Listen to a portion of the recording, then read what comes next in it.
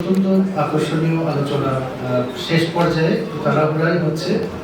আমি বন্ধুবর রহিম খানকে মধ্যেও বলেছি যে এই ধরনের ওয়ার্কশপগুলো খুব ভালো হয় যদি সন্ধ্যায় বিকেলের সেশনে হয়, তাহলে তারা থাকে না। যেমন এখন একটু ফুল টাইম অফিস, বারবার আমি ব্যস্ত ব্যস্ত এইসব কথা শোনা তো ভালো লাগে না। কিন্তু বন্ধের দিনে অথবা যদি অ্যাটলিস্ট 5টার পরে যদি হয়, রাত্রে 10টা পর্যন্ত, ডিনার পর্যন্ত সবাই মন খুলে কথা বলা যায়, অফিসের টেনশন বা অন্যান্য টেনশনগুলো থাকে না। এখানে মুয়াজ্জেম ভাইকে প্রথমে ধন্যবাদ জানাচ্ছি চমৎকার সুলিখিত এবং চমৎকারভাবে উপস্থাপিত একটি মূল প্রবন্ধের জন্য।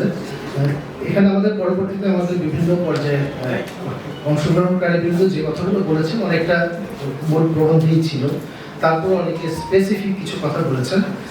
আমি সকলের আলাদা করে বলছি না, বিশেষ করে যেগুলো দুর্নীতি দমন কমিশনের সাথে জড়িত সেই অংশগুলো একটু চেষ্টা করছি বলার জন্য।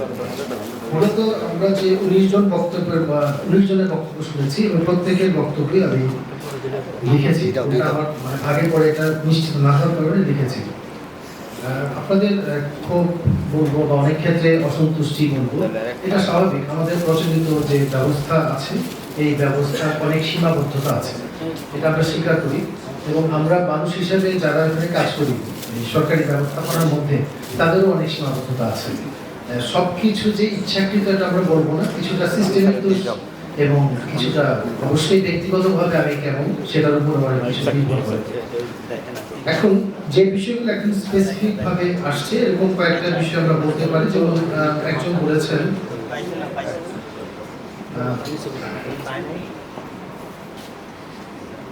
মিস্টার দীপু শুরুতেই বলেছিলেন দুর্নীতি বিরোধী ক্যাম্পেইন, এটা প্রয়োজন অনেক বাজেট দিয়ে 50,000 কোটি টাকা যদি লাগে তারপর এটা করা উচিত।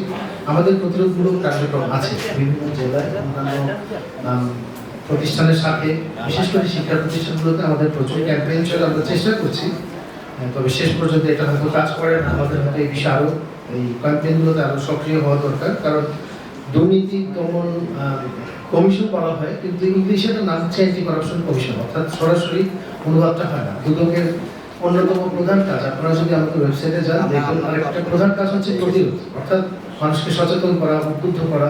এই বিষয়গুলোতে আমাদের একটি বড় কাজ, কিন্তু আমরা মূলত দমনের দিকেই চলে গেছি, ফলে ওই অংশটাতেই জোর হয়তো বেশি দেওয়া হয়। এটা আমরা স্বীকার করি, আমাদের এটা আরো বাড়ানো উচিত। বাংলাদেশ থেকে মিস্টার আমজাদ বলেছেন, একদম স্পেসিফিক ভাবেই বলেছেন যে বিটিআরসি প্রায় 4 শতাধিক লাইসেন্স বাতিল করেছে এবং সেগুলো আবার বিভিন্ন বিনিময়ে, বিভিন্ন কিছুর বিনিময়ে সেগুলো আবার রিনিউ করা হচ্ছে একটা করে। তো এই বিষয়টা আপনারা যদি স্পেসিফিক ভাবে অভিযোগ দেন, অবশ্যই দুদক এটা দেখবে। অন্তত একটি দরখাস্ত যদি আমরা পাই অফিসিয়ালি, যদি নাম প্রকাশ করতে না চান তাতেও সমস্যা নেই। এই ধরনের অভিযোগ আমরা, এরকম অনেক অভিযোগই আসে যেগুলো হয়তো সুনির্দিষ্ট তথ্য থাকে না, সেগুলো আমরা খুঁজে পাইনি। আমরা যদি স্পেসিফিক অ্যালিগেশন সহ আপনাদের কোনো অভিযোগ পাই, আমি অলরেডি এটা আমরা মাথায় রেখে এবং কমিশনকে অবহিত করব, কিন্তু অভিযোগটা পেলে আমাদের জন্য এটি বিধিগতভাবে এগোতে সুবিধা হবে।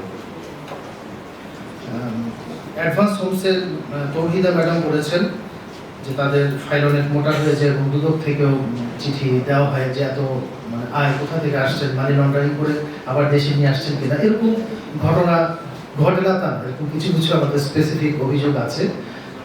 আপনার বিষয়টাও আমি আমাদের কমিশনে কথা বলবো। যদি এ ধরনের এমন যদি আপনি মনে করে থাকেন যে সুনির্দিষ্ট অভিযোগ ছাড়াই শুধুমাত্র অনেক মোটা ফাইল এই জন্য আপনাকে ডেকে নেওয়া হচ্ছে, কোনো ধরনের হয়রানি যেন না হয়, এই বিষয়টা আমরা এনশিওর করার চেষ্টা করি।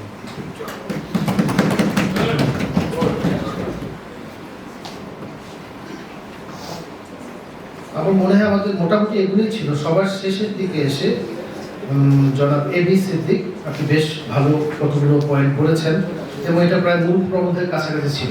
খুব ইন্টারেস্টিং কিছু পয়েন্ট আছে, সবগুলো হয়তো আমাদের আওতায় পড়ে না, তারপরেও পদ্ধতিগত কিছু বিষয় আছে। আমরা এটা স্বীকার করি, সবসময় স্বীকার করি যে আমাদের পদ্ধতির কিছু লিমিটেশন আছে। আমলাতান্ত্রিক জটিলতা হিসেবে আমরা তো সেটাকে বলি, শেষ পর্যন্ত দেখা যায় সেটা বজ্রআট ওই ফসকা বেরোর মতো ওই অনেক টাইটের ভিতর দিয়েও এইসব বের হয়ে যায়।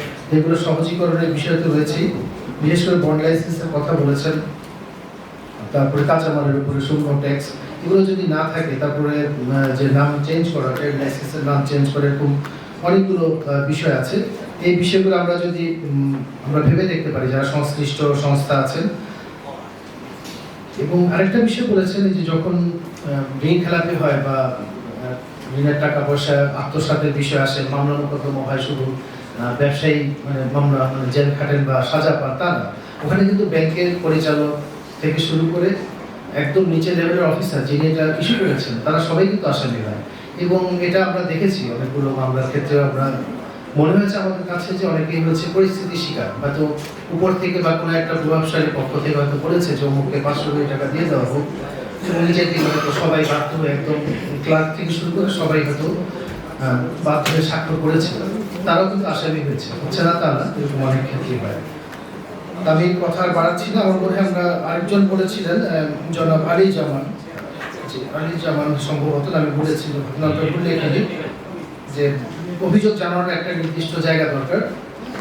তাদের একটা হটলাইন আছে 106 এটা টোল ফ্রি, আপনি বিশেষ করে অফিস টাইমে ফোন করার জন্য বলছি। এখানে আমাদের সার্বক্ষণিক লোক মোতায়েন থাকে, তারা নোট করে নেয়।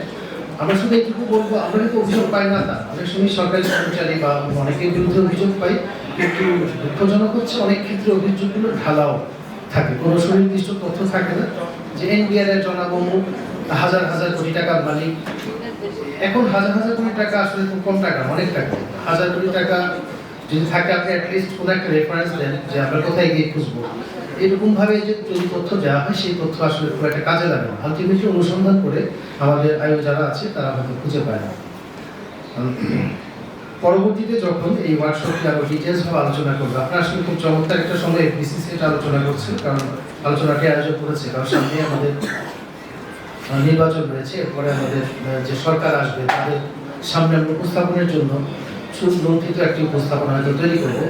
যদি তখন এরকম একটা আয়োজন করা হয়, ওয়ার্কশপ দিনব্যাপী ওয়ার্কশপ হতে পারে, সেখানে হয়তো একদম এজেন্সি ওয়াইজ অভিযোগগুলো যদি আলাদা আলাদা করা হয়, যে আমরা এখানে বসছিলাম দুদকের বিরুদ্ধে এই কয়েকটা বিষয় আমরা আমাদের কাছে আসছে, আপনি বলেন কি কি স্টেপ নেওয়া সম্ভব, তাহলে আরো অনেক বেশি ইফেক্টিভ হবে। তাৎক্ষণিক আমার এটা অ্যাড্রেস না করে উপায় থাকবে না। এনবিআর এর বিরুদ্ধে আমরা এগুলো পাচ্ছি, এই আইনগুলো সহজীকরণ করবে কিনা, কমার্স মিনিস্ট্রি এটা করতে পারে। এরকম স্পেসিফিক বিষয় বা ইস্যু ভিত্তিক যখন সেশনগুলো হবে সেটা আরো অনেক ভালো কাজে লাগবে বলে আমরা বিশ্বাস করি।